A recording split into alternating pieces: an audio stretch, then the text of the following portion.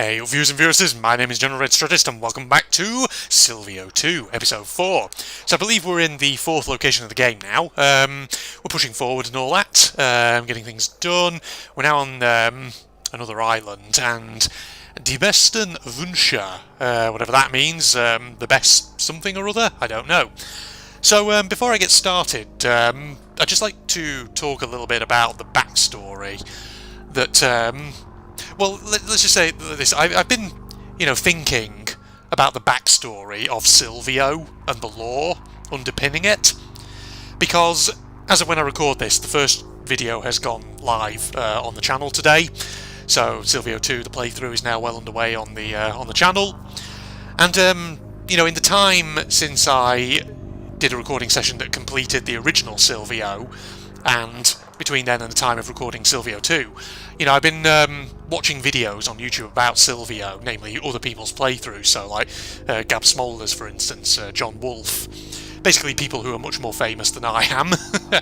Because that's the thing, sometimes when I complete a game, I immediately then like to basically go and watch other people's playthroughs of it and see what their thoughts are. And it's kind of interesting.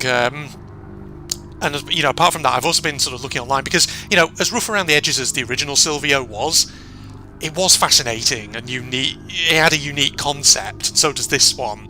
So I've been kind of looking around, watching other people's playthroughs, and just looking at general articles about Sylvio.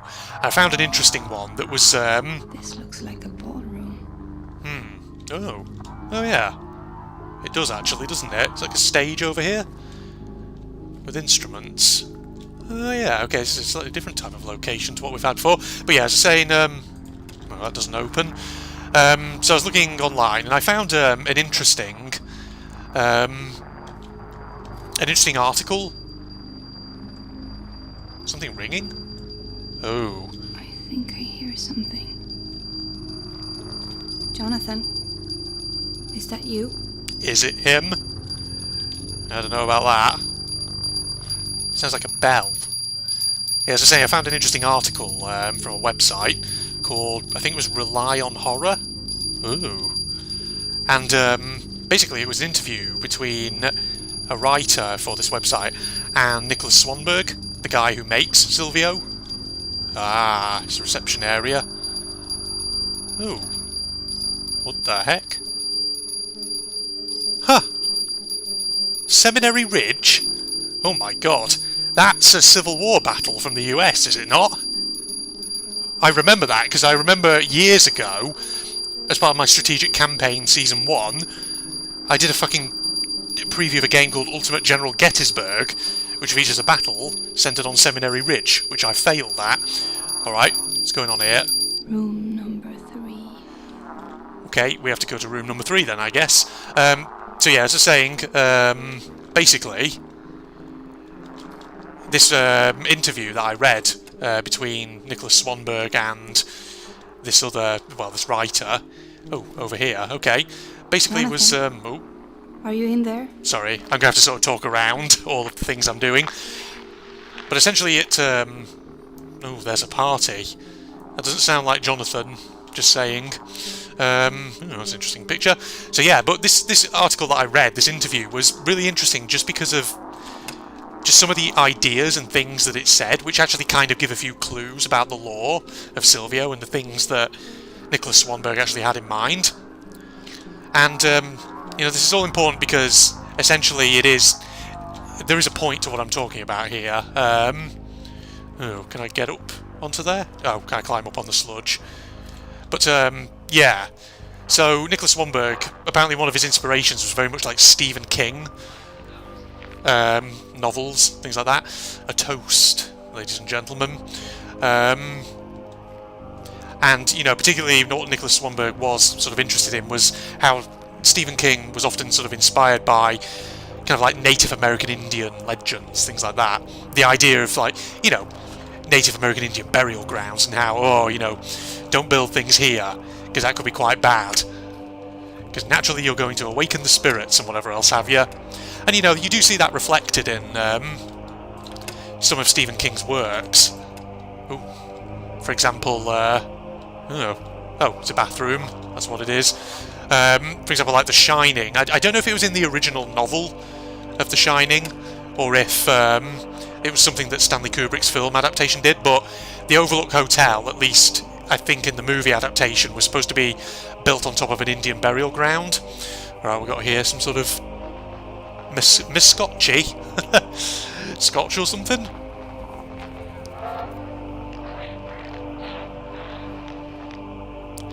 Geburtstagskind.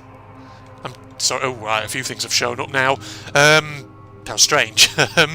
Well, we got that apparently from. Oh, is it? Oh no, it's McScotchy. I thought it was me Scotchy.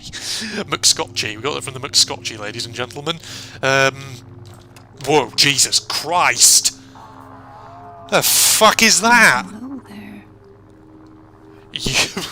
In typical fashion, Juliet is just not taken aback or fazed in the slightest by that thing. Well, you better stay there. You better not move. Alright? Oh, I did open that. I can open the kitchen as well, though, apparently. Oh, is this just a random little room? Can I look out? Okay. Ooh, there's something going on out there. How do I get out there? Through the kitchen, maybe? Ooh. But yeah, I was just saying, so, yeah, Nicholas Swanberg, very much kind of inspired by the sort of the idea of, like, Native American stuff. And that's kind of reflected, really, in the name of the setting that Sylvio took place in, namely Saginaw Park. He came up with a very sort of, Native American Indian sounding name. And that's important because, when I see people doing comments, things like that, oh, need a name, okay, making comments about their sort of in the main entrance. Yes, it does look like it. Ah, Herzlichen Glückwunsch. Interesting. Yes, because when I see people sort of making comments with their kind of theories about what they think was going on in the original Sylvio, not on my videos, but on videos from other YouTubers like Gab Smolders and John Wolfe, few of them actually mention the sort of the Native American connection in Sylvio. Because I was actually looking back on a few of my own videos. Why is she here? Oh, is she over here? Need a name, okay. Yes, I was kind of looking back on a few of my own videos, and, obviously in the original Sylvio you could find bookshelves, and when you looked at them, you would get like snippets of background information about the location, things like that. Well, basically, some of those bookshelves do literally mention Saginaw being sort of Native American in origin. Now, admittedly, there's a fair bit of stuff in the original Sylvia that I probably missed, because it's one of those games that you really have to explore in order to find all the information, all the recordings, all the background lore. But that, okay, actually, I'll continue talking about this once I've done this. That was a slowed down one, wasn't it? Hold on. Strong vocal cords, okay. What's the next one here? That's backward. Good for you, whoever you are. You always wanted to see Bessie. Still something. Oh. Okay. Bessie the singer. Okay, I see. Maybe that's a name. Maybe we'll be able to record a ghost now.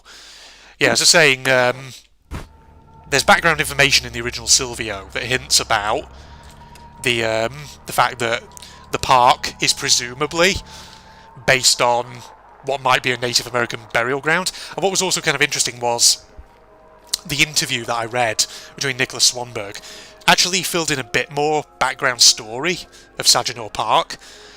And I don't remember if I ever found any hints about this in game, which there might well have been, but like I say, because it's one of those games where I don't think I found all the information. Oh, it's not that one apparently, it must be the one back here. But one thing that Nicholas Swanberg did hint at... Oh no, I need a name for that one as well, okay. What Nicholas Swanberg did mention in this interview is that in the background story of Saginaw Park, there was a Native American tribe that lived there that was massacred by European settlers, which is probably where the original sort of curse of this land comes from. Right, you're still there, that's good. Ooh, this showed up. And apparently Sylvio, the name, comes from Italian. It's a male name that means he who lives in the woods, or something like that. Clever disguise.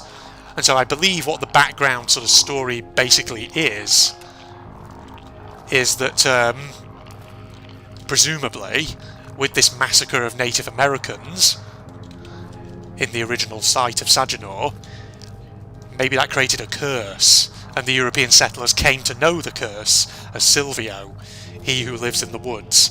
And, you know, truth be told, Sylvio never really... Well, it's never really kind of fully clarified what Sylvio actually is, but it's heavily implied it's basically like some kind of malevolent force.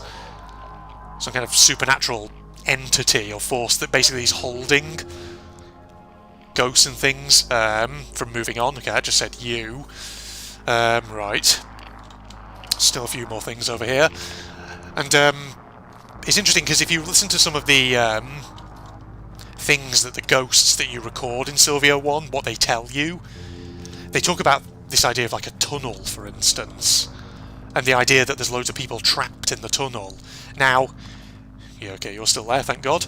You could sort of interpret that quite literally, as people trapped in the tunnel because of the landslide and all that.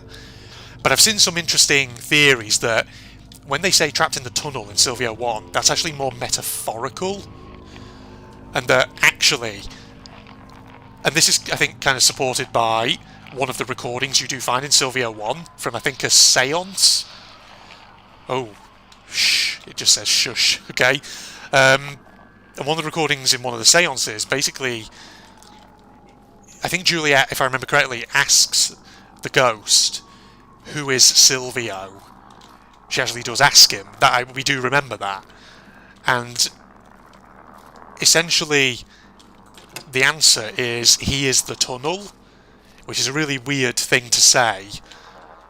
And so I guess what it's trying to say is, Sylvio isn't like a person or anything like that. It's an entity or a force, something supernatural.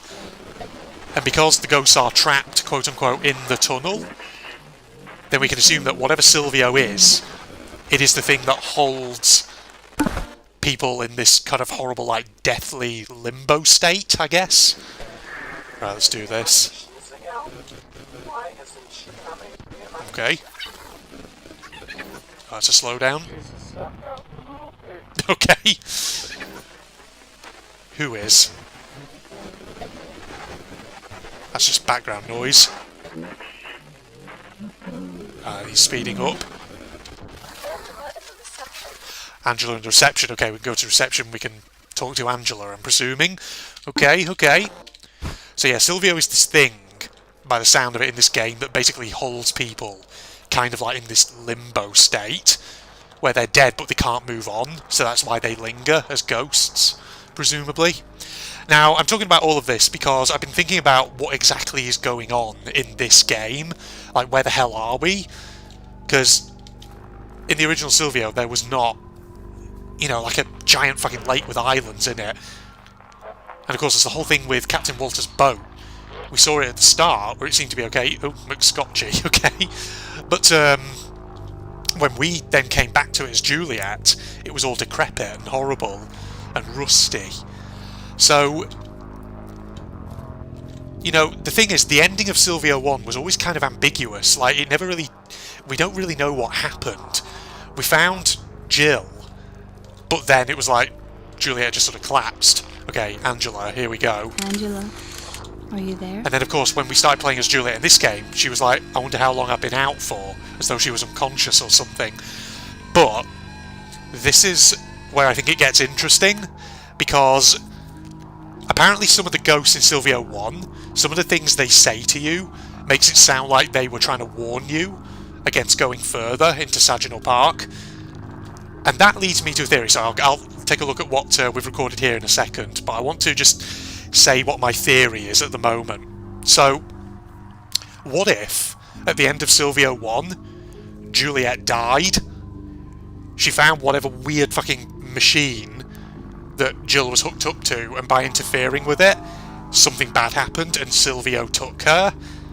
And so, what if the place we are now in this game, basically we are in the tunnel we are trapped by Sylvio, right? Because if you go back to the start of this game, the opening cutscene where it was Jonathan and Captain Walter on the boat, it was sort of like, if you look at the landscape that they're approaching on the boat, the landscape there did not look anything like the land that we've seen so far, or these islands, because it looked more rocky and a bit more natural, whereas every island we've been to here is more like a sludgy, horrible, tar-like mass. It's really weird.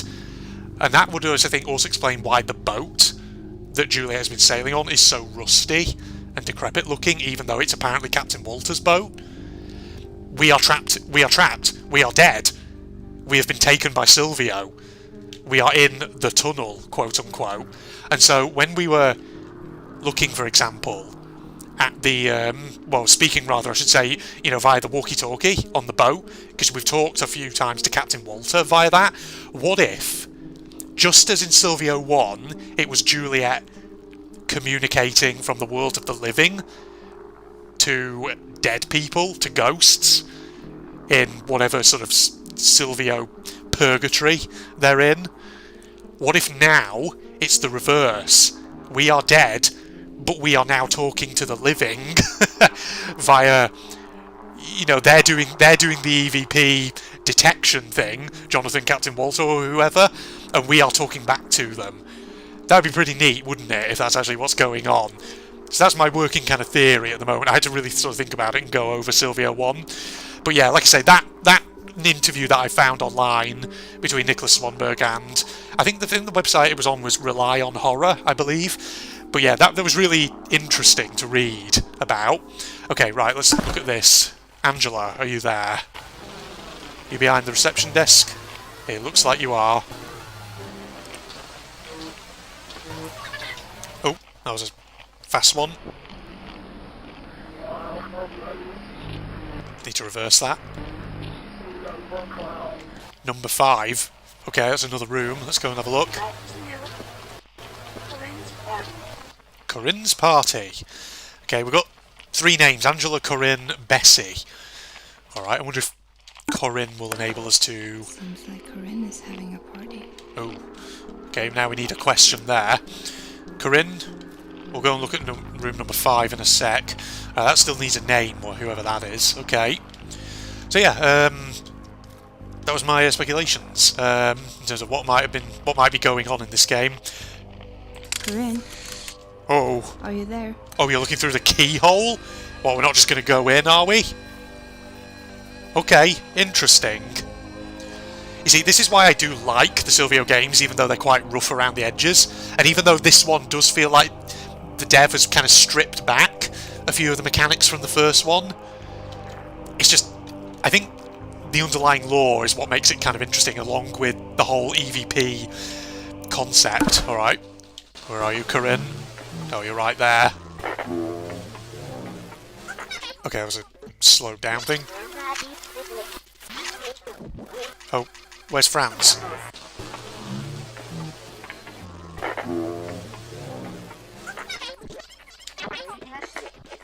Wait, slow down. Danny's turning round. This is my party. Good for you, Corinne. Right, hold on. Okay, we've seen the door for the cigar room.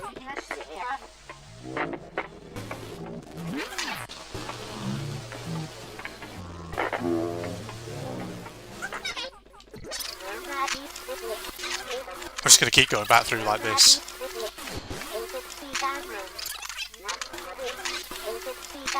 There's still something I'm missing here. Actually, let's just do it at normal speed.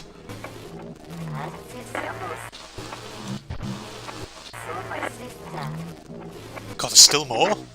Oh. Okay.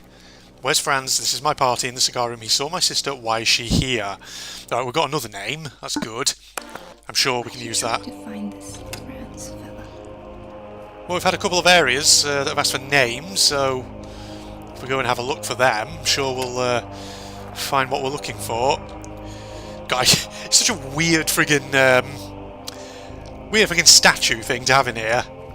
What was it made of? Is it made of wood or something? It's like a giant puppet. Very strange. It's not Franz there. Is it maybe back towards the reception area? Is that where we need to go? Quite possibly.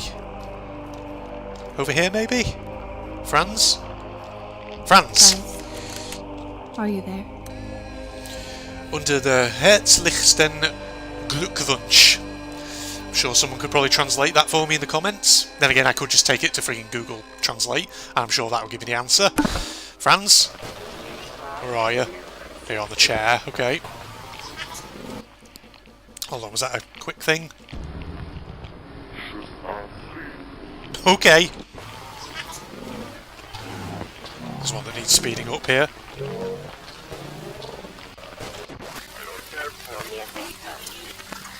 Okay. Go the other way.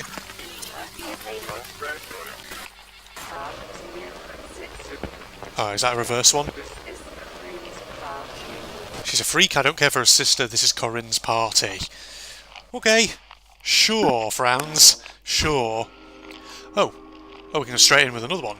Franz, what is the name of Corinne's sister? Is it Bessie? Or is it someone else?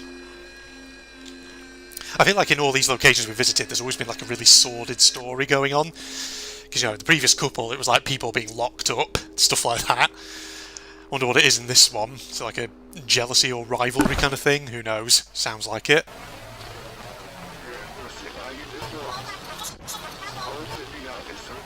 Euthelia, okay.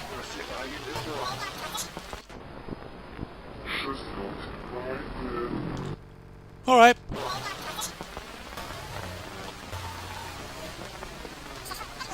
Oh.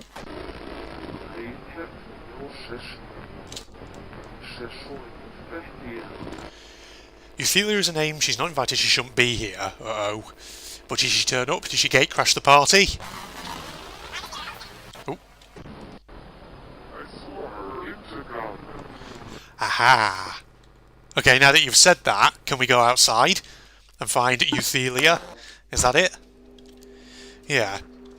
So it definitely feels like, obviously, this game kind of holds your hand a bit more in terms of directing you to where you need to go.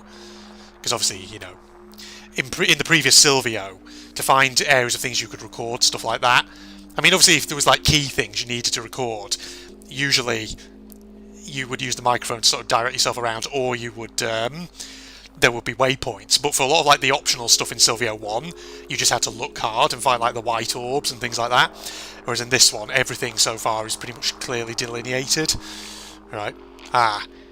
Okay. Angela, how do I get into the cigar room?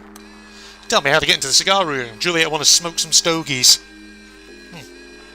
Ah. Big fat Cuban cigars. Juliet wants to huff and puff away on them. Oh.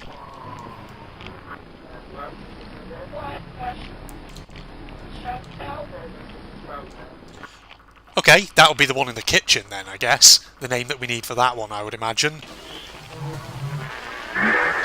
Yeah. He has the keys, okay. God, I don't like the way the sound picks in like that.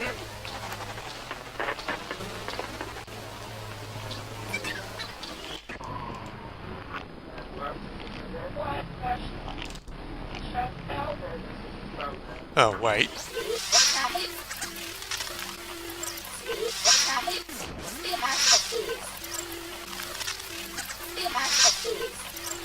Okay, there's still more. Let's go through it at different speeds. Ah, okay, many guests. That's what I was missing. Okay. Good to know. Good to know that one. What's this? That needs a question. Okay. Well, I guess we go and find the keys from the kitchen from Chef Albert. Oh, that's a staff only. Where's the cigar room? There it is. But we need the keys to get there. Right. Chef Albert. You're still there, thank God. I probably won't. It won't move at any point. You see, I'm constantly looking at it thinking, I don't trust you. I'll tell you, it won't move, right? It'll stay there. It's not that kind of game where they would have something do that. Chef Albert. Chef Albert, are you there? Imagine we now just look at the footage and it's just a ghost butchering a corpse. Or something strange. Let's have a little looky-loo, shall we?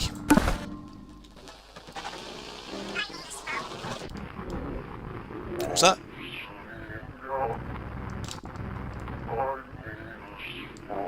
Yes, tell us how to get into the cigar room. We'll get you a smoke.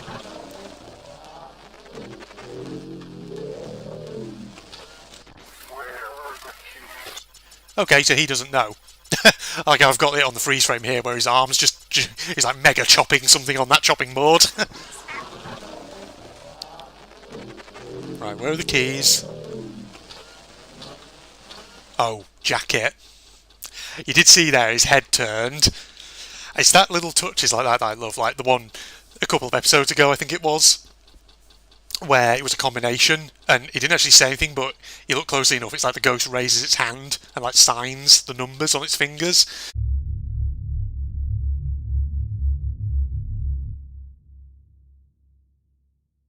Ah, you see, holes in the fence roundabout. Can I turn that searchlight off if I distract its attention over there? Oh, that's not what I wanted to do. Go, get it! Get it! Get it! Get it! Get it! Get it! Get it! Come on! Get it! Ooh! No! No! No! No! No!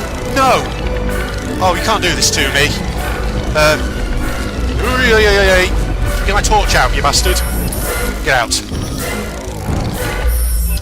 Stop it! I need light. I need to find where I'm going. Fuck off! Where am I going? Oh, I'm going to be out of stamina at this rate. Shit! Just get out of here, get out.